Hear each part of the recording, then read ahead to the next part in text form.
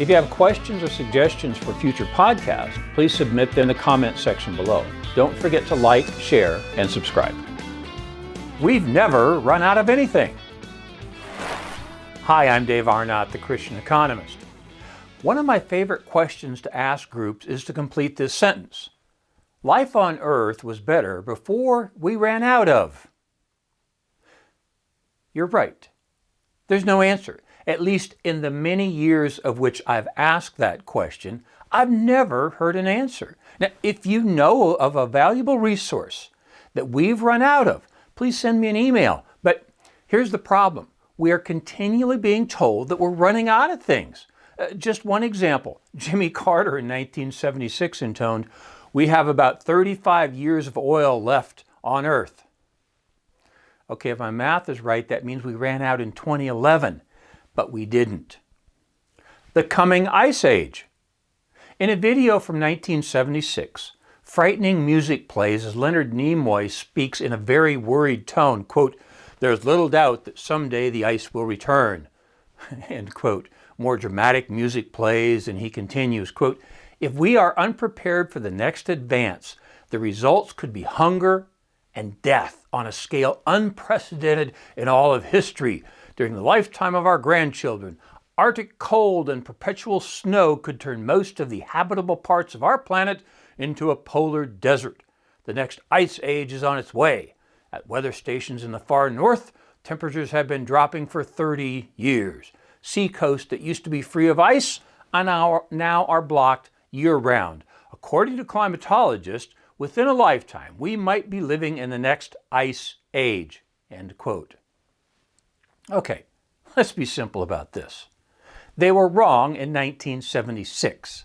What makes you think the climate alarmists are right today?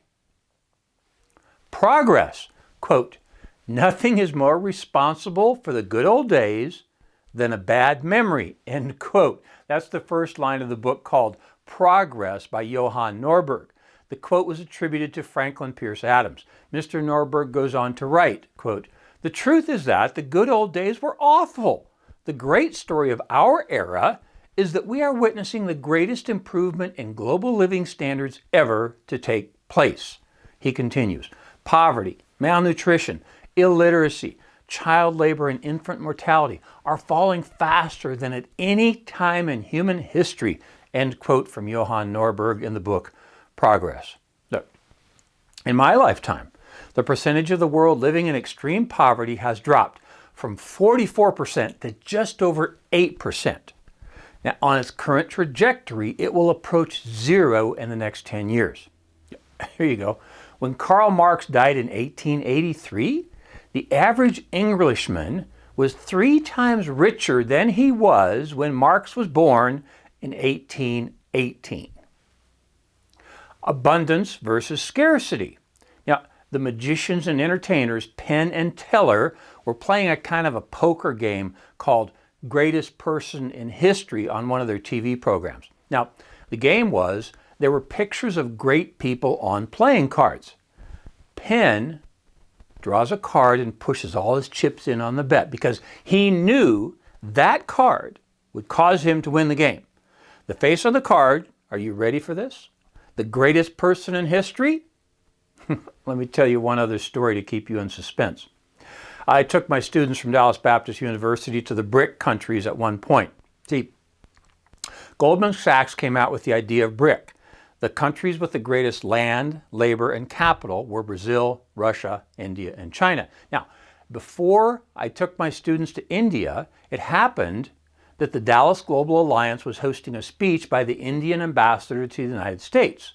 Now, the Indian representative strode to the podium. He didn't even say hello, or good morning, or good to be in Dallas.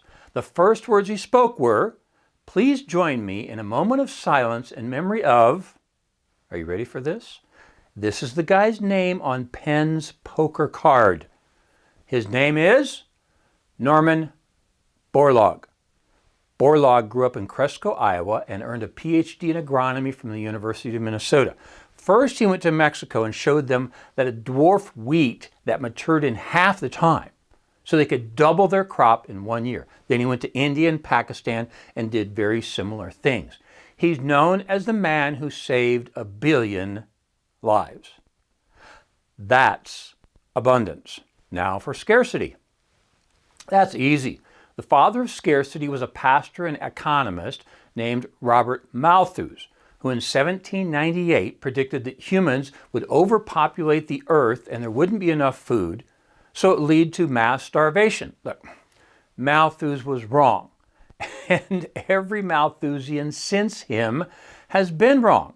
Now here's what happened. He was right on the demand side. Demand did increase. He was wrong on the supply side. He assumed a fixed amount of food. He was very wrong. He did not include in his calculations the increase in supply caused by the creativity of humans. We gained that creativity by being made in the image of God. Contributions from people like Norman Borlaug or any of the other 7.7 billion people in the world whose minds are working to solve scarcity problems today. 58 of them were in my sophomore macroeconomics class this week. Now, for reference to other Malthusians, just turn on the news tonight. John Kerry, AOC, Thomas Piketty. There's even some old holdovers from the losing side of the famous Simon Ehrlich wager. I'll let you look that up on your own. Who are making calamitous predictions. They're all wrong. Then why do we keep listening to Malthusians since they're all wrong? Well, here's one answer. The negativity instinct. In the book called Factfulness by Hans Rosling, there's a chapter titled The Negativity Instinct. It explains why we always think the past was better. He provides 3 reasons. 1, the misremembering of the past. 2, selective reporting by journalists and activists. And 3, the feeling that as long as things are bad for some people, it's heartless to say that things are getting better in the macro. Mr. Rosling goes on to write, quote, "Though the world faces huge challenges, we have made tremendous progress. This is the fact-based worldview. Every group I talk with thinks the world is more frightening, more violent, and more hopeless. In short, more dramatic than it really is. They are not thinking, they are feeling," end quote from Hans Rosling. Now, for more on that subject, I'll refer you to my podcast number 97, which has that same title, Feeling versus Thinking. Oh, you'll want to look at Mr. Rosling's work at his website titled gapminder.org. Actually, he died soon after writing the book. The work is carried on today by his son and daughter-in-law. The website is called Gapminder because it tries to reveal the facts that show there are no gaps between rich and poor countries. Now, that's a subject for another day.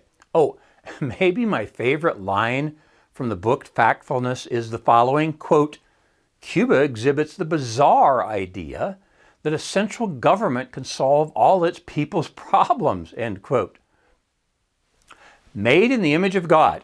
Now, in my little book titled Economics and the Christian Worldview, I wrote, quote, "There's a limited amount of land and God isn't making any more. But he is making creative human beings who discover more efficient ways of using it," end quote. Another one. In his book, The Ultimate Resource, Julian Simon wrote, quote, "There's no physical or economic reason why human resourcefulness and enterprise cannot forever continue to respond to impending shortage and existing problems.